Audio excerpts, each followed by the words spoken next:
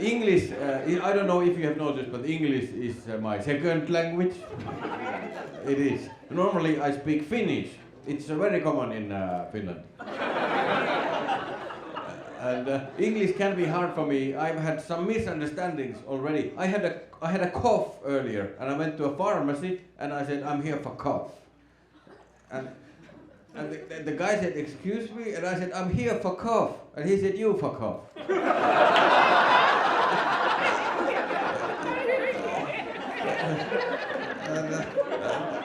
And I said, yes, that is correct. Yes, yes, for cough, yes.